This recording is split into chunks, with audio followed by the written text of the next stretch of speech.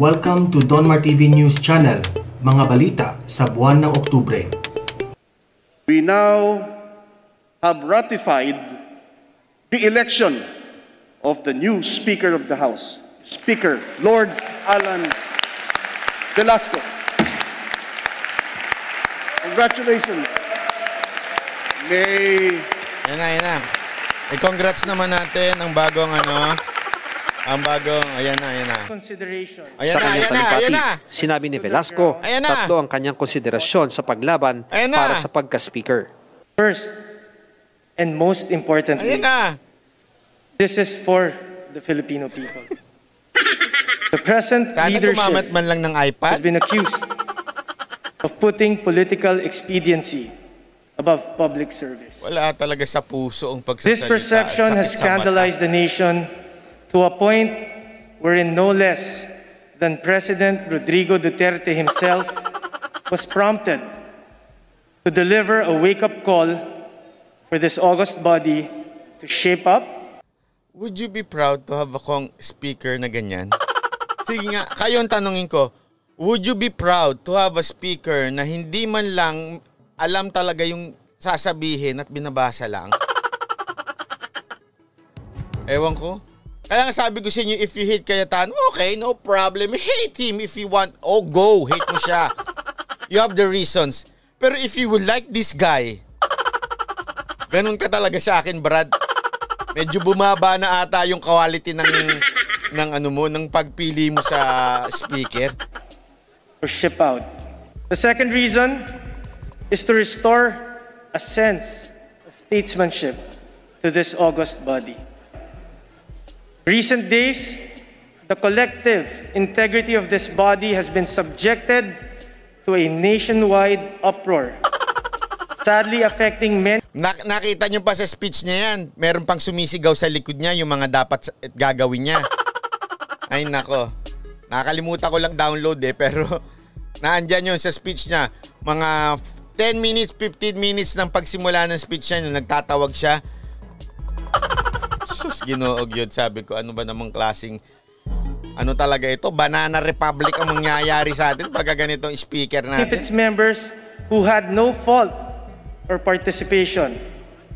The proceedings and conducts of the present leadership is such that the 18th Congress has become an object of derision and contempt by a people disillusioned with the workings of ambitious politicians.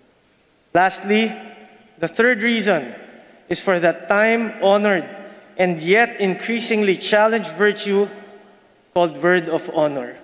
Ano naman si When President Rodrigo... Ito. Ang ganda nito. Sabi ni Lauren Hess, "Banat by my husband is a foreigner. He's shaking his head while watching Velasco giving his speech. First time daw nakakita ng ganyan ng speaker, nagbabasa ng text."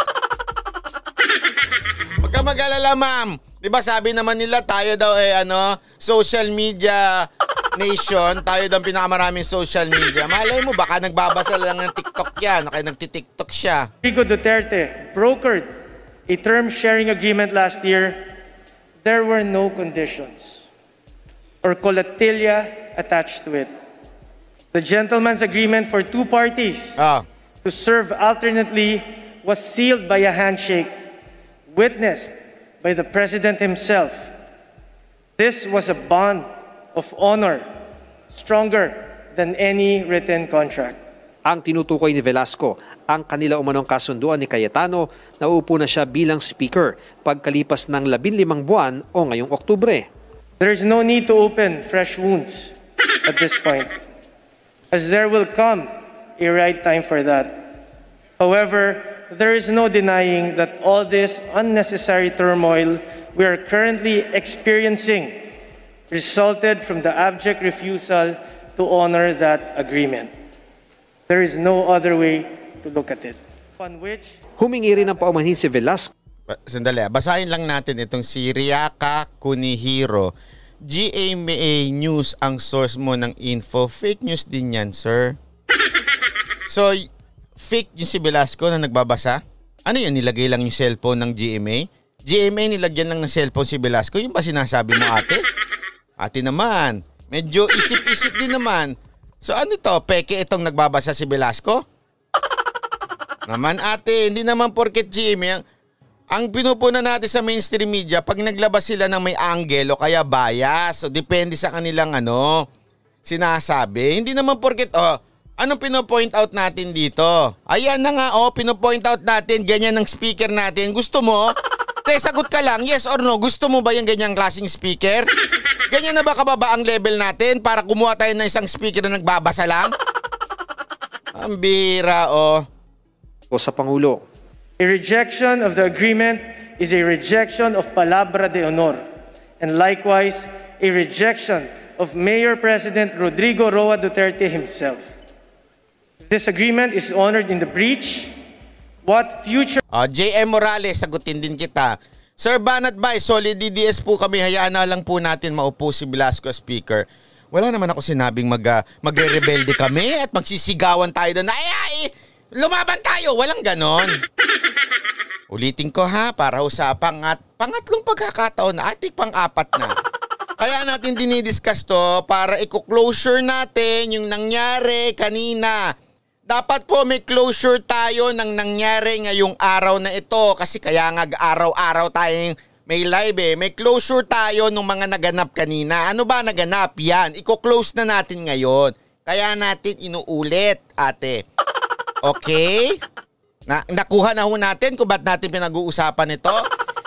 Ulitin ko. Wala ho ako sinasabi sa mga banateros, oy, magrebelde tayo, sunugin natin ng Congress. Walang ganon. Bakit? Romans 13 verse 1. Respect the authority. Yan ang nilagay ngayon. Rerespetuhin natin yan.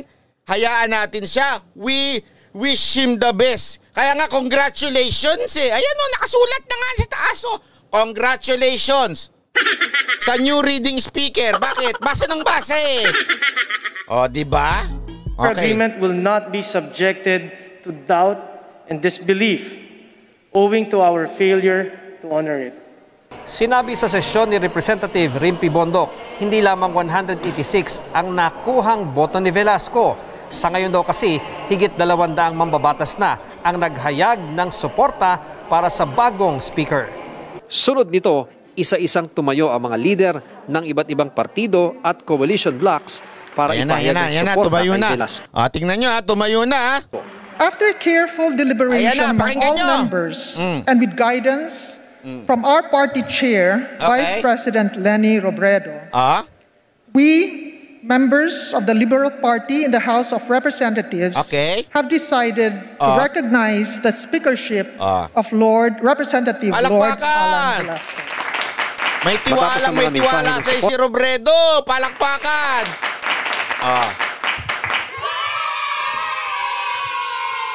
Ano na? Palakpakan tayo at ikaw pinagkatiwalaan ni Leni Robredo. Siya talaga. Personal daw na kinausap nila si Robredo. Talagang suportahan natin yan. Liberal Party. Palakpakan. At isa pa. Hindi ho ibig sabihin move on or respect the new speaker. Ano to? Pag may nakita tayong mali, tatahimik na lang tayo? Ganun ba ibig nyo sabihin na move on? Kasi kung yan ang sasabihin ninyo, sasagutin din kayo ng mga followers ni Leni Robredo. Move on na kayo. Sige nga, sige. Same logic na sinasabi nyo ngayon. Yung mga nagsasabing move on na kayo dyan kay Velasco. Talo na si Cayetano, move on na kayo. Okay. So if that is the same logic, i-apply natin ngayon yan. Si Leni Robredo, yun din na sinasabi niya sa mga Marcos loyalists. Move on na kayo, talo si BBM. Would you agree on that? If yes ang sagot nyo, sige, patayin na natin to. Itong balita na to. Diba hindi? Hindi ibig sabihin na mag-move on na tayo. Okay, re-respetuhin natin siya, gagalangin natin yung kanyang institusyon. Pero, pag may nakita tayong mali, pupunahin natin. Ano na yung tatahimik ka na lang? Umalis agad ng batasan si Velasco para makipagpulong sa Pangulo sa Malacanang. Ian Cruz, nakatutok, 24 oras. Ayan ha. Malinaw na malinaw. Isa pa. Para mas malinaw pa sa inyo. Ito naman. Maganda rin tong balita na to. At ano naman yung, kanina pa natin naririnig si Velasco Pakinggan man natin si Speaker. Malinaw ng intindi si Congressman Alan Peter Cayetano na gustong mangyari ni Pangulong Duterte kaya hindi siya agad bumaba sa pwesto. May pakiusap lang daw si Cayetano sa bagong liderato. Huwag na raw sanang palitan ang mga ipinwesto niyang tao. Nasa frontline ng balitang yan si Jerry Dongod. Basa! Habang siniselyuhan na sa loob ng plenaryo ang pagiging House Speaker ni Marinduque Congressman Lord Alan Velasco, nasa kanyang bahay naman sa Taguig si Congressman Alan Peter Cayetano. Dito niya inanunsyo via Facebook Live ang pagbibitiw niya bilang House Speaker. Sinabihan ko ang SecGen, ayokong may masaktan. Pabayaan mo sila kung gusto nila mag-take over. Let them use the hall. Right now, verbally, I am tendering my irrevocable resignation as the Speaker of the House of the Republic of the Philippines. Humingi ng paumanhin si Cayetano kay Pangulong Duterte kung malian niya ang kanyang pagkaintindi na nais ng Pangulo na tapusin at itutuloy niya ang termino hanggang sa maipasa ang 2021 budget. May panawagan rin siya sa kanyang mga staff. Sa mga staff ko na nakikinig, I'm sorry I was not able to talk to you personally. Medyo magbalot-balot na kayo dyan sa opisina para walang masabi sa atin. Hindi tayo magiging balakid. Mali ang intindi ko. That's on me. That's not on the President. Let's continue. Bago matapos ang kanyang pahayag, nakiusap si Cayetano sa grupo ni Velasco na simulan ang 3 p.m. special session at ipasa ang budget. Palabra de honor masusunod. Palabra de honor din po ni incoming Speaker Velasco na wala siya the same team at itutuloy niya po ang magaganda nating ginawa at hindi magugulo yung budget. So you held me up to my palabra de honor. I'm holding you up now to your palabra de honor. Nirerespeto naman daw ng mga kaalyado ni Cayetano ang kanyang naging desisyon. Pero sabi ni Laguna 1st District Congressman Dan Fernandez, kailangan sa plenary hall magpahayag ng pagbaba sa pwesto si Cayetano bilang simbolo ng sana na nagkakaisa na ang Kongreso. Nagbabalita mula sa Frontline, Jenny Dongon, News 5. Yan na, malinaw na. So ayan na, sinarado na ni Speaker Cayetano, ni Congressman Cayetano, sinasabi niya na hayaan na natin. Let's allow them. Di go. Okay? So yan po ang nangyari. So dalawang bagay ang nangyari ngayon. Napatunayan natin na mas may dignidad na bumaba ito si Speaker Cayetano. At talagang, very humble Alam ko, nung sabi ko nga kung ako dito kay Speaker, umalis na lang ako. Wala na akong, resign, alis na lang ako. Pero yung mama talagang humble Napaka-humble nitong mama na ito. Nakakairita. Kasi, sobra na siyang dehado Pwede naman nahimik na lang siya, tumahimik ka na lang dyan, umalis ka na lang dyan. Hayaan mo na. Sinabi niya? I resign. Ano pa? Kayo mga staff ko, magbalot-balot na kayo, alis na kayo dyan, tara na. Tara na. Ganun pa siya. Pwede hindi niya nasabihin nyo kasi nakakababa sa kanya yun Nakakababa. Ano pa? Sabi niya, yung mga kaalyado kong congressman, suportahan na natin si Velasco. Pwede hindi na siya magsalita ng ganun Pwede na lang, bahala kayo dyan. Di dyan kayo, dito ako sa mansion ko. Ganun. Di ba?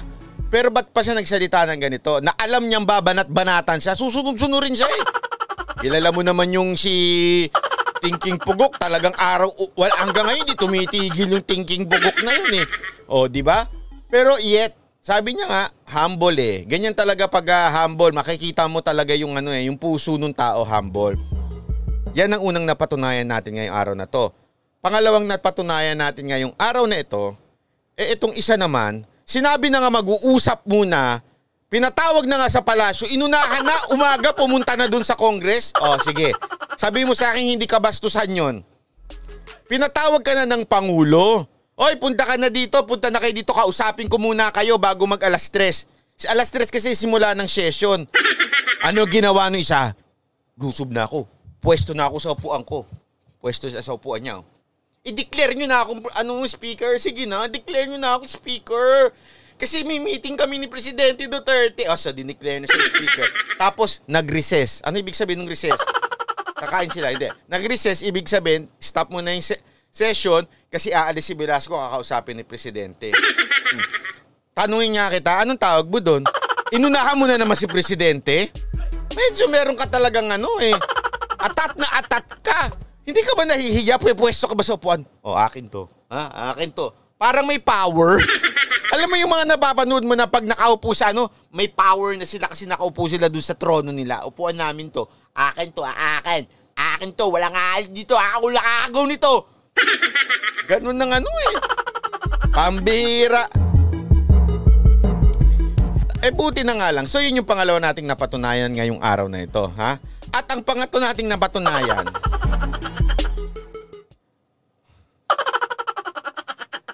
magaling palang magbasa si Velasco. Yan ang ating napatunayan kasi isipin mo yun, Brad, sige, sample lang. Cellphone yan cellphone. Nabasa niya. Layo-layo niya, Pilit pang tinatago pero hindi na may... Ano sabi ng ko? Sino ba ito nagsulat na ito? Stop ko ba ito? Yung asawa ko o si Thinking Pogo? Ha? Diba? Ay, at least napatunayan natin na magaling siyang magbasa ng cellphone niya. Napatunayan din natin na hindi nag-o-off yung cellphone niya. Pag matagal, hindi nakasaving, power saving ba yun?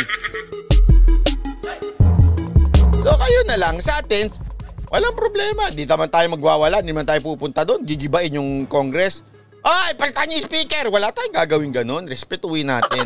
Pero, move on and respect. Pero, pag may mali, pupunahin natin. Babantayan natin, ha? Ang taas ng iniwan ni Speaker Cayetano dyan. Ang taas ng ginawa niya dyan. Inaayos niya talaga yan. We expect more from you. Ha? Kaya nga ako tuwan-tuwa Sabi ko, finally, natapos din tong boxing. Sabi nga ni Spox, natapos din tong boxing. Ngayon, magkakaalaman na tayo. Ha? Kasi ang puro binibida mo lang sa amin, gentleman's agreement. Ano plano mo? Ha? Anong plano mo sa Congress? Anong plano mo? Hindi pa na napag-usapan yan. Gentleman's agreement pa lang kami. Doon lang tayo muna. Doon lang ha. Tsaka na yung plano ko. Gentleman's agreement pa lang script ko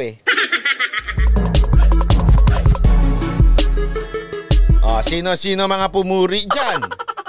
Liberal Party. Pati si Vice Ganda. Happy.